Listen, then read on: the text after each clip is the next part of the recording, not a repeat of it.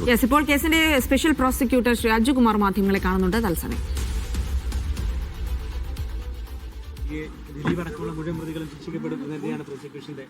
അങ്ങനെയാണ് വിശ്വാസം. അത് ഇതുമായിട്ട് കണക്ട് ചെയ്ത പെറ്റീഷനല്ല.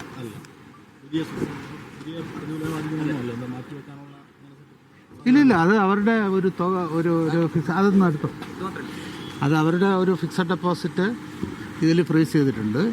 അതിനെ സംബന്ധിച്ചിടത്തോളം ഒരു തീരുമാനമാണ്. അത് ഇതുമായി കേസുമായിട്ട് ബന്ധപ്പെട്ടത്. അതൊന്നും ഇപ്പോൾ ഇല്ലല്ലോ, ശിക്ഷ പറയട്ടെ.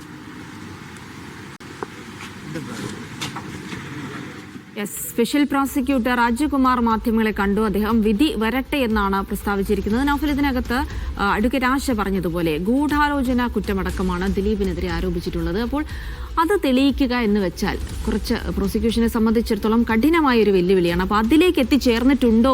അതായത് ഈ പറഞ്ഞ കാര്യങ്ങളൊക്കെ കോടതി എത്രത്തോളം മുഖവിലേക്ക് എടുത്തിട്ടുണ്ട്, അത് തെളിയിക്കാൻ പര്യാപ്തമായ അത്രത്തോളം തെളിവുകൾ കോടതിയിൽ എത്തിയിട്ടുണ്ടോ എന്നുള്ളൊരു ആശങ്ക കൂടിയാണ് അഡ്വക്കേറ്റ് ആശ നേരത്തെ പങ്കുവെച്ചത്. എല്ലാവരും ഈ ഒരു ചെറിയ ആശങ്ക എല്ലാവരും പങ്കുവെക്കുന്നുണ്ട്. കാരണം ഗൂഢാലോചന തെളിയിക്കുക എന്നുള്ളത് വലിയ ശ്രമകരമായ ഒരു ദൗത്യമാണ്. അത് എത്രത്തോളം പ്രാവർത്തികമായി ചെയ്യാൻ കഴിഞ്ഞു എന്നുള്ളതാണ് ഇതിന്റെ ചോദ്യം. അത് ഏറ്റവും ഒടുവിലായി വന്ന ഒരു തെളിവ് നമ്മുടെ മുന്നിലുണ്ട്. അതായത് ദിലീപ് സംഭവം നടന്ന് ദിവസങ്ങൾക്കുള്ളിൽ തന്നെ മുഖ്യമന്ത്രിക്ക് ഒരു കത്തയക്കുകയാണ്, ഞാൻ നിരപരാധിയാണ് എന്ന് പറഞ്ഞുകൊണ്ട്. അങ്ങനെ നിരപരാധിയാണ് എന്ന് ദിലീപ് പറയേണ്ട സാഹചര്യമൊന്നും ആ സമയത്ത് ഉണ്ടായിരുന്നില്ല എന്നുള്ളത്. കാരണം ദിലീപ് ഈ കേസിലേക്ക് ബന്ധപ്പെടുത്തിയ ദിലീപിനെ കുറിച്ച് മാധ്യമ വാർത്തയോ ഒന്നും തന്നെ വരികയുണ്ടായിരുന്നില്ല. പക്ഷേ ദിലീപ് പേടിക്കുന്നുണ്ടായിരുന്നു തന്റെ നേരേക്ക് വരുമോ.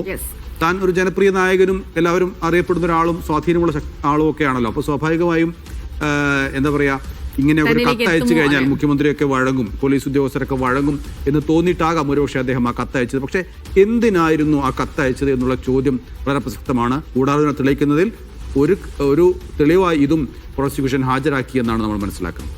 അങ്ങനെ അനവധി തെളിവുകൾ, ഫോൺ റെക്കോർഡുകൾ അടക്കമുണ്ട്. അപ്പോൾ അതുമായി ബന്ധപ്പെട്ടൊക്കെ കോടതിക്ക് ബോധ്യപ്പെട്ടിട്ടുണ്ടോ എന്നുള്ളതാണ് ഇവിടെ അവശേഷിക്കുന്ന ചോദ്യം. മറ്റൊരു പ്രധാനപ്പെട്ട കാര്യം, ഗൂഢാലോചന തെളിയിക്കുന്നതിൽ ഈ പൾസർ സുനിയാണല്ലോ ഈ കേസിലെ പ്രധാന പ്രതി.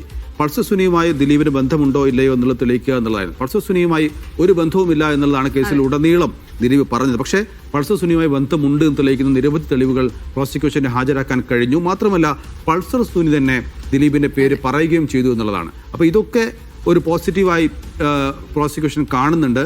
പക്ഷേ അത് എത്രത്തോളം കോടതിക്ക് ബോധ്യപ്പെടുന്നു എന്നുള്ളതാണ് ഈ കേസിന്റെ വിധിയിൽ പ്രധാനമായി.